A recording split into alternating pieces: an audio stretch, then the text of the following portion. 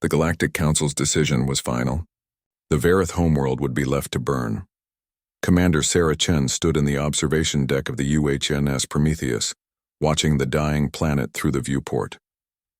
Vareth Prime glowed an angry orange, its atmosphere thick with volcanic ash from the cascading tectonic failures that would consume the entire civilization within 72 hours.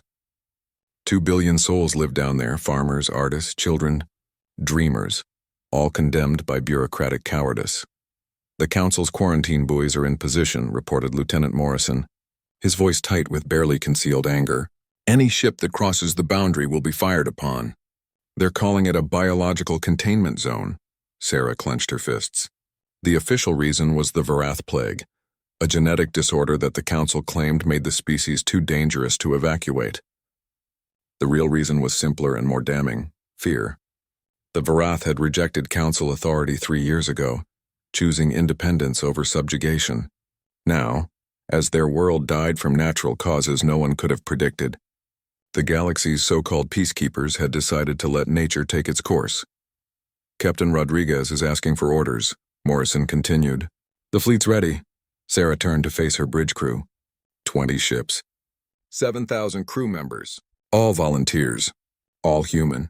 They had gathered here in secret, violating a dozen treaties, defying direct orders from Earth's diplomatic corps. Behind them, 40 converted cargo haulers waited in formation. Enough capacity to evacuate perhaps 500,000 Vareth, if they moved fast enough. Send the signal, Sarah said quietly. All ships crossed the line in 5 minutes. The Council had made their calculations based on cold logic. Saving the Varath would cost resources, create diplomatic tensions, and set a precedent that might undermine Council authority. Let them die and the problem solved itself. But the Council had forgotten one crucial variable in their equations. They had forgotten what humans were. The first warning came as the Prometheus crossed the quarantine boundary. A Zentari cruiser materialized from stealth, its weapon systems hot and targeting solutions locked. This is Enforcer Command Ship Righteous Purpose, a synthesized voice crackled across all channels. You are in violation of Galactic Statute 447C. Power down your engines and prepare to be boarded or we will open fire. Sarah walked to the communications station and opened the channel herself. This is Commander Sarah Chen of the United Human Naval Service.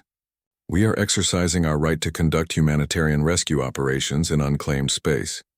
The quarantine zone is Council territory by emergency decree. Decree denied, Sarah interrupted. Humanity does not recognize any authority that chooses genocide by inaction. Stand aside, or be moved aside. The Zentari commander's confusion was palpable even through the translation matrix. In 10,000 years of Council history, no one had simply refused a direct order. It wasn't done. It wasn't thinkable. Sarah thought it just fine. The Righteous Purpose fired a warning shot across their bow. In response, the Prometheus and its sister ships launched every fighter they had. A cloud of small craft that swarmed the Zentari vessel, not firing, just surrounding it in a cage of metal and determination. The Council ship could have destroyed dozens of them, but doing so would mean declaring war on humanity. And despite their bluster, the Council wasn't ready for that. Not yet. The Zentari cruiser held position, effectively neutered, as the human fleet burned toward Vareth Prime. They had 60 hours before the planet became completely uninhabitable. Sarah organized the rescue operation with brutal efficiency, dividing the surface into grids and deploying every shuttle, every transport, every piece of equipment that could carry refugees into orbit. The Vareth initially fled from the human ships, terrified by alien rescuers descending from the ash-choked sky. But desperation has a way of overcoming fear. When a human medic named Private Jackson carried an injured Varath child through a collapsing building to safety, cradling the young one against the heat, whispering reassurances in a language the child couldn't understand. Word spread. The humans had come. The humans who barely knew them. The humans who owed them nothing. The humans who were breaking their own laws and risking war to save people the galaxy had written off. In mess halls and medical bays, exhausted human crews worked alongside grateful Vareth refugees. Language barriers fell to universal translators and desperate hand gestures.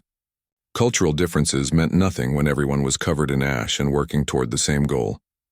Lieutenant Morrison found Sarah on hour 48, slumped against a bulkhead, running on stims in sheer stubbornness.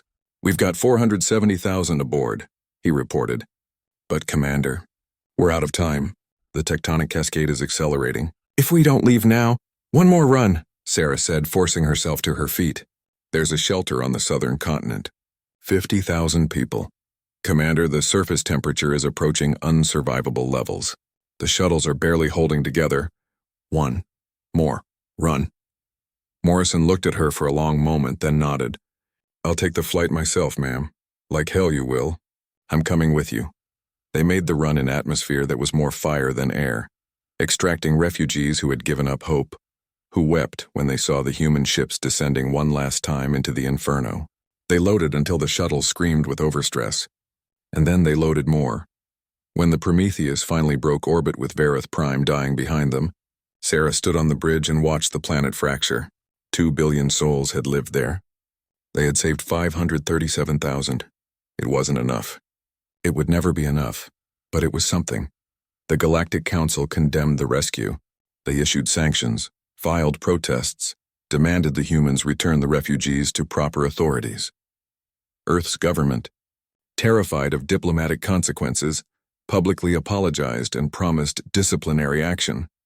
But privately, the rescued Vareth told their story to anyone who would listen. They told of the day the galaxy abandoned them, and the day humanity said no. They spoke of Sarah Chen and her fleet of lawbreakers who decided that some rules deserved to be shattered.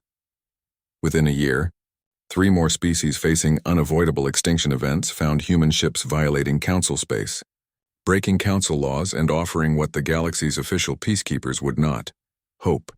The Council called it chaos. They called it dangerous precedent. They called it humanity's reckless disregard for order. Humanity called it Tuesday. And across the galaxy, in whispered conversations in 1,000 different languages, a new phrase began to spread. When we needed someone, the humans came. Some laws, Sarah Chen had decided, were made to be broken. Some rules existed only to protect the comfortable from facing their own cowardice. And sometimes, just sometimes, doing the right thing meant looking at the entire galactic establishment and saying the most human thing possible: "Watch us."